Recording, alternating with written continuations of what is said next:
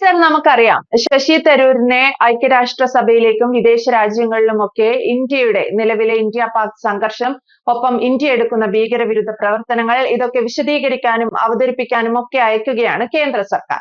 ഇത് കോൺഗ്രസ് അറിയാതെയുള്ള അല്ലെങ്കിൽ കോൺഗ്രസിനേറ്റ ഒരു തിരിച്ചടി പോലെയൊക്കെയാണ് പലവിധ റിപ്പോർട്ടുകൾ പുറത്തു വന്നത്. ശശി തരൂർ പോകുന്നു എന്നുള്ളത് മാത്രമല്ല, ശശി തരൂരാണ് ആ പോകുന്ന സംഘത്തിന്റെ ചെയർമാൻ എന്നുള്ളതുമാണ്. പക്ഷെ ഈ ഒരു സമയത്ത് ആരെയൊക്കെ അയക്കണം എന്നുള്ള ഒരു സർവകക്ഷി യോഗത്തിനിടെ ഉണ്ടായ ഒരു ചർച്ചയിൽ അതിനുശേഷം രാഹുൽ ഗാന്ധി കൊടുത്ത ചില പേരുകൾ ഉണ്ടായിരുന്നു. ഒരു 4 പേരുടെ പേരാണ് കൊടുത്തത്. ആ 4 പേരിൽ ശശി തരൂർ ഉണ്ടായിരുന്നില്ല. ഒപ്പം ഇതാ ആ 4 പേരിൽ ഇല്ലാത്ത മറ്റൊരാൾ കൂടി കോൺഗ്രസിനെ പ്രതിനിധീകരിച്ച് ഈ കേന്ദ്ര സർക്കാർ അയക്കുന്ന സംഘത്തിൽ ഉൾപ്പെടുന്നു എന്നുള്ളതാണ് പി ചിദംബരം. എന്തുകൊണ്ടായിരിക്കാം സാർ ഇങ്ങനൊരു നീക്കം? ഒപ്പം ഈ വിഷയത്തിൽ കോൺഗ്രസ് എന്ത് നിലപാടെടുക്കും? ഇതിനകത്തില് പ്രശ്നം എന്ന് പറയുന്നത്, ഇത് കോൺഗ്രസ്സുകാര് തന്നെത്താനെ ഉണ്ടാക്കി വെക്കുന്ന ചില കാര്യങ്ങളാണ്. ഒരു കാര്യവും നേരെ ചൊവ്വേ നടത്തുകയില്ല, നേരെ ചൊവ്വേ ഒരു കാര്യവും നടത്തിയെടുക്കുകയില്ല എന്നുള്ള ഒരു നിർബന്ധ ബുദ്ധി കോൺഗ്രസിനുണ്ട്. ഇല്ലെന്നുണ്ടെങ്കിൽ ഏറ്റവും രമ്യമായിട്ട്, ഏറ്റവും കോൺഗ്രസിന് ഏറ്റവും മൈലേജ് ഉണ്ടാക്കാവുന്ന ഒരു വിഷയമായിരുന്നു ഇത്.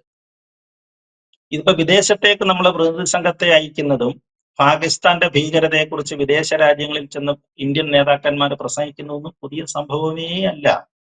ഇത് 1-2 തവണ നേരത്തെ നടന്നിട്ടുള്ള കാര്യങ്ങളാണ്. നമ്മുടെ ഭരണകക്ഷി അന്ന് കോൺഗ്രസും മറ്റുമൊക്കെ ഭരിക്കുന്ന കാലത്ത് ആരായിരുന്നു വിദേശ സംഘത്തെയൊക്കെ വിദേശത്ത് പോയി സംസാരിക്കാൻ അതിനെയൊക്കെ പ്രതിനിധീകരിച്ചത്?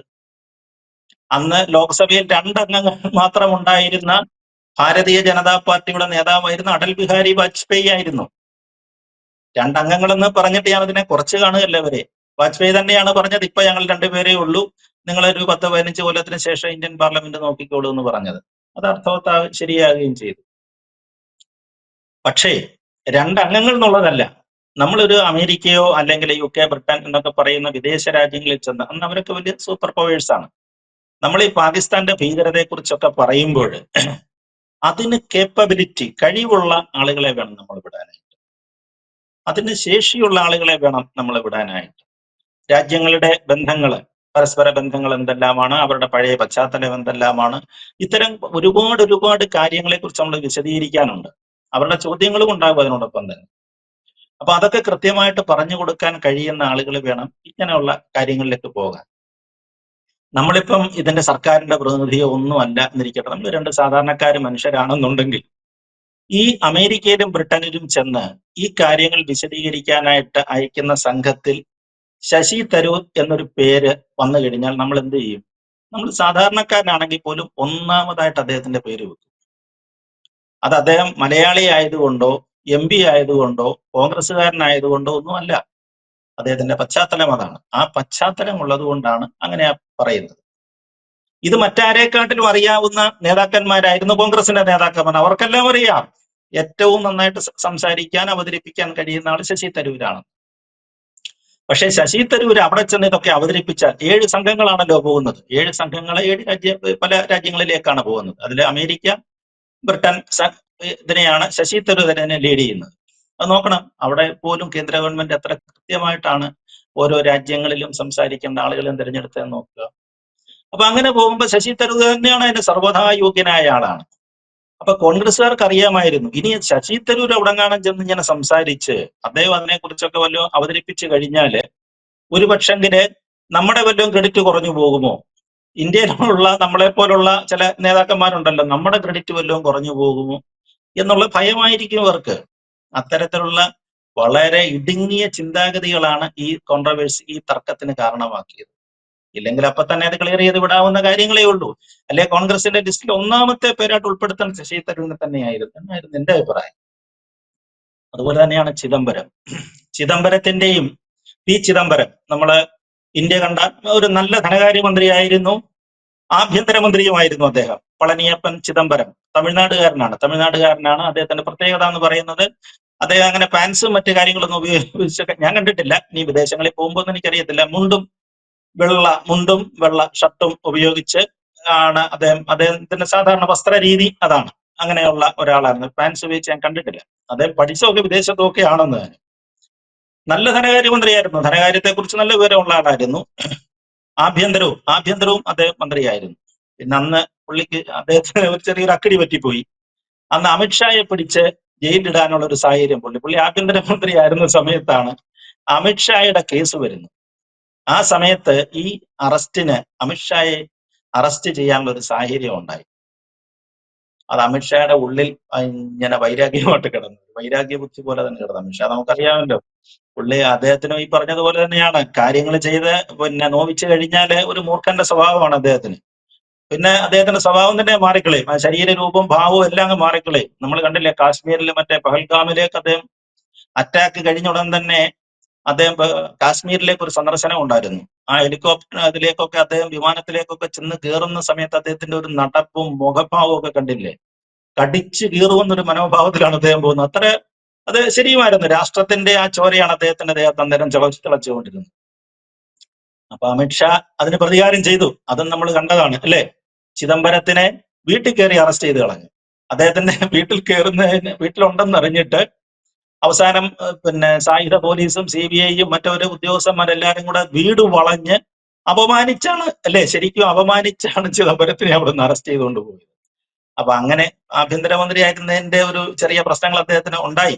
അമിത്ഷായെ ചെയ്തതിൻ്റെതായ ചില പ്രശ്നങ്ങളിൽ നിന്നാണ് അത് വരുന്നത്. കേസുണ്ടായിരുന്നു കേട്ടോ, കേസുണ്ടായിരുന്നു, ഇപ്പോഴും അത് നടന്നുകൊണ്ടിരിക്കുകയാണ്. ഇദ്ദേഹം ഈ പറഞ്ഞതുപോലെയാണ്. ഇദ്ദേഹത്തിന്റെ പ്രസ്താവനകൾ നമ്മൾ ശ്രദ്ധിച്ചു നോക്കുക. ശശി തരൂരാണെങ്കിൽ രാഷ്ട്രത്തെക്കുറിച്ചാണ് പറയുന്നത്. അദ്ദേഹത്തിന്റെ പ്രസ്താവനകൾ മുഴുവൻ എന്റെ രാജ്യം എന്നുള്ള ഒരു രീതിയിലാണ് ശശി തരൂർ സംസാരിക്കുന്നത്. കോൺഗ്രസ്സുകാരനായിട്ടല്ല സംസാരിക്കുന്നത്.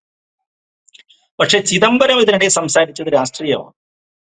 ചിദംബരത്തിന്റെ പ്രസ്താവനകളെല്ലാം രാഷ്ട്രീയ പ്രസ്താവനകളായിരുന്നു. അതും നിങ്ങൾ ശ്രദ്ധിച്ചു കാണും.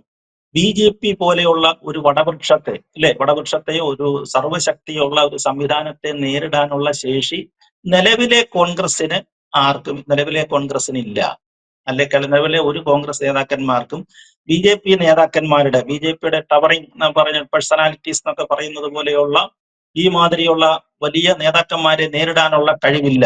ഇപ്പം പ്രധാനമന്ത്രി നരേന്ദ്രമോദി, അമിത്ഷാ, S ജയശങ്കർ, അങ്ങനെയൊക്കെയുള്ള നമ്മുടെ റെയിൽവേ മന്ത്രി അശ്വിനി വൈഷ്ണവ്, ഒരു വലിയ നിരയാണ് അവർക്കുള്ളത്. അല്ലെങ്കിൽ UP-യിലെ യോഗി ആദിത്യനാഥ്, അങ്ങനെ വലിയ വലിയ നിര, ഞാൻ എല്ലാവരുടെയും പേര് പറയുന്നില്ല.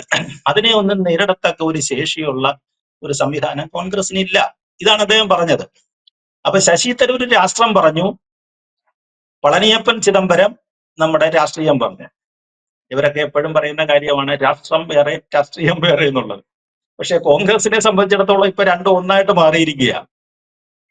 ഒരാള് രാഷ്ട്രം പറയുമ്പോൾ കുഴപ്പക്കാരനാകുന്നു, ഒരാള് രാഷ്ട്രീയം പറയുമ്പോഴും കുഴപ്പക്കാരനാകുന്നു. അത്തരത്തിലേക്ക് കാര്യങ്ങൾ നീങ്ങുകയാണ്. ചിദംബരത്തിന്റെ പോക്കും എങ്ങോട്ടാണെന്നുള്ളത് സംശയിക്കേണ്ടിയിരിക്കുന്നു. കാരണം അദ്ദേഹത്തെ സംബന്ധിച്ചിടത്തോളം കുറെ കാലമായിട്ട് അദ്ദേഹത്തെ സജീവ രാഷ്ട്രീയത്തിൽ നിന്ന് കോൺഗ്രസ് പാർട്ടി മാറ്റി നിർത്തിയിരിക്കുകയാണ്. അദ്ദേഹം പ്രത്യേകിച്ച് ഒരു റോളിലും വരുന്നതായിട്ട് നമ്മൾ കാണുന്നില്ല. വളരെ മിടുക്കനായ ഒരു കോർപ്പറേറ്റ് ലോയറാണ് അദ്ദേഹം, അറിയാമല്ലോ. അദ്ദേഹത്തിന്റെ മകൻ കാർത്തി ചിദംബരം അത് ഒരു കേസിലൊക്കെ പെട്ടിട്ടുണ്ട്. അതേപോലെ നളിനി ചിദംബരം, അദ്ദേഹത്തിന്റെ ഭാര്യ, ഇവരൊക്കെ മണിക്കൂറുകൾക്ക് ലക്ഷങ്ങളും ഒക്കെ പ്രതിഫലം വാങ്ങുന്ന കോർപ്പറേറ്റ് വലിയ ലോയേഴ്സ് ആണ് ഇവരൊക്കെ. അപ്പൊ അവർക്ക് സാമ്പത്തികമായിട്ട് പ്രശ്നങ്ങളൊന്നും അവർക്കില്ല. അതോടൊപ്പം തന്നെയാണ് ചിദംബരത്തിന്റെ സ്ഥിതി നമുക്ക് അറിയത്തില്ലേ. ശിവഗംഗൈ തമിഴ്നാട്ടിലെ ഇങ്ങേറ്റത്തുള്ള ശിവഗംഗൈ ജില്ലയിൽ നിന്നാണ് അദ്ദേഹം ജയിച്ചിരിക്കുന്നത്. അവിടെയുള്ള ചെട്ടിയാർ ഫാമിലി എന്ന് പറയുന്നത് അതിസമ്പന്നന്മാരായ പശ്ചാത്തലത്തിൽ നിന്നാണ് അദ്ദേഹം വരുന്നത്. അദ്ദേഹത്തിന്റെ കുടുംബം എന്നൊക്കെ പറഞ്ഞാൽ ഞാൻ ഇപ്പോഴും ഓർക്കുന്നുണ്ട്. അദ്ദേഹം ധനകാര്യമന്ത്രി ആയിരുന്ന സമയത്താണ് സ്റ്റേറ്റ് ബാങ്ക് ഓഫ് ഇന്ത്യയുടെ 1000-ാമത്തെ ശാഖയാണെന്ന് എനിക്ക് തോന്നുന്നു. സ്റ്റേറ്റ് ബാങ്ക് ഓഫ് ഇന്ത്യയുടെ 1000-ാമത്തെ ശാഖ ശിവഗംഗയിലാണ് ഉദ്ഘാടനം ചെയ്തത്. ശിവഗംഗയിലായിരുന്നു. അപ്പൊ അതിനുവേണ്ടിയാണ് ധനകാര്യമന്ത്രി മറ്റാളുകളും ബാങ്കിന്റെ ഉദ്യോഗസ്ഥന്മാരും ഒക്കെ വന്നിരുന്നു. അദ്ദേഹത്തിന്റെ മണ്ഡലത്തിൽ തന്നെയായിരുന്നു. അന്നാണ് ശരിക്കും ഇദ്ദേഹത്തിന്റെ വീട് നമ്മൾ കാണുന്നത്. അദ്ദേഹത്തിന്റെ പഴയ തറവാട്ടിൽ താമസിക്കുന്നു. അന്ന് രാത്രിയിൽ അവിടാണ് തങ്ങിയത്. കൊട്ടാരമാണ് അല്ലെ, പഴയ നിർമ്മിതികളൊക്കെ ആണെങ്കിലും കൊട്ടാര സദൃശമായ ഒരു വീടായിരുന്നു അത്. പണ്ട് നമ്മുടെ മുഖ്യമന്ത്രി E.K. നായനാര് രാജസ്ഥാനിൽ ചെന്നിട്ട് മാധവറാവു സിന്ധ്യക്ക് ഇവർക്ക് ചികിത്സയ്ക്ക് വേണ്ടി പോയതാണ്. നമ്മുടെ ഉലുവ ചികിത്സ നടത്താൻ. മന്ത്രിക്ക് ഇതുണ്ടെന്ന്, ഷുഗറിന്റെ അസുഖം ഉണ്ടെന്ന് പറഞ്ഞപ്പോഴേ ഉലുവ ചികിത്സയുടെ ഒരു പ്രചാരകരാണ്. പാവം നല്ല ഒരു മനുഷ്യനായിരുന്ന നമ്മുടെ മുഖ്യമന്ത്രി E.K. നായനാര്. അവിടെ പോയി ഈ കൊട്ടാരമെല്ലാം കണ്ടേച്ചു വന്ന് അദ്ദേഹം പറഞ്ഞൊരു വാചകമുണ്ട്. നമ്മളാരും കരുതുന്ന രാഷ്ട്രീയക്കാരല്ല ഇവരൊക്കെ കേട്ടോ. ഇവരൊക്കെ വലിയൊരു ഇപ്പോഴും വലിയ രാജാക്കന്മാരാണ് അവരുടെ ഒരു മുറി നമ്മുടെ ഏതാണ്ട് ഒരു പഞ്ചായത്തിന്റെ അത്രയും വരുമെന്നൊക്കെയാണ് പറയുന്നത്. അത്ര സൗകര്യങ്ങളാണ് അവിടെ ഉള്ളത്. അപ്പൊ ചിദംബരത്തിനെ അത്തരത്തിലൊന്നും നമുക്ക് ഇവർക്ക് മാറ്റി നിർത്താൻ പറ്റത്തില്ല. ചിദംബരത്തിനെ ഒരുപാട് നോക്കിയത് അദ്ദേഹത്തിനെ അന്ന് തമിഴ്നാട്ടിൽ ജയലളിത സർക്കാരിന്റെ കാലത്ത് നോക്കിയതാണ്. അന്നത്തെ തെരഞ്ഞെടുപ്പ് സമയത്ത് ആദ്യം ഇലക്ട്രോണിക് വോട്ടിംഗ് മെഷീനിനകത്ത് പ്രശ്നമുണ്ടായ ശേഷം അദ്ദേഹം ആദ്യം 3000 വോട്ടിന് തോറ്റു.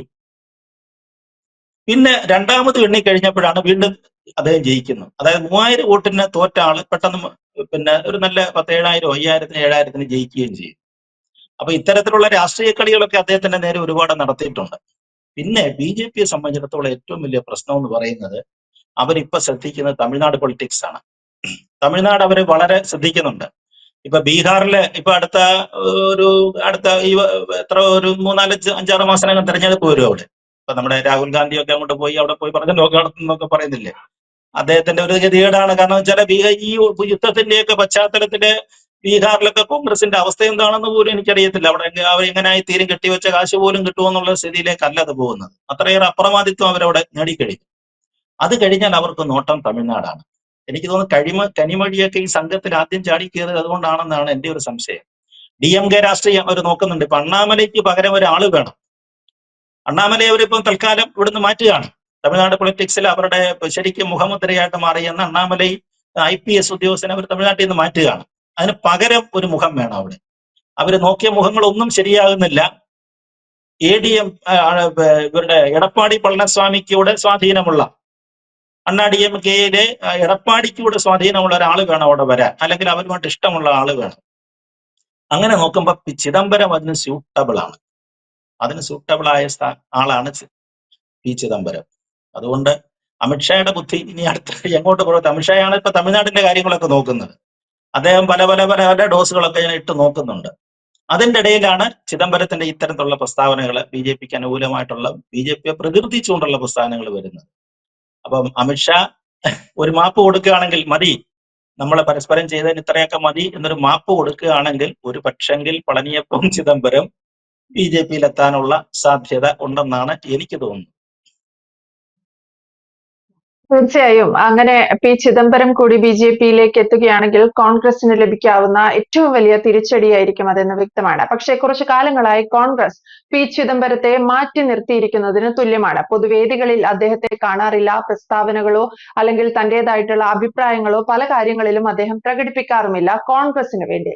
അപ്പോഴും ശശി തരൂരിനെ പോലെ രാജ്യത്തിന് അനുകൂലമായ ചില നിലപാടുകൾ എടുക്കുന്നതിൽ ഒട്ടും പിന്നോട്ടുമല്ല P. ചിദംബരം. എന്തായാലും വ്യക്തമാണ്. Thank you sir.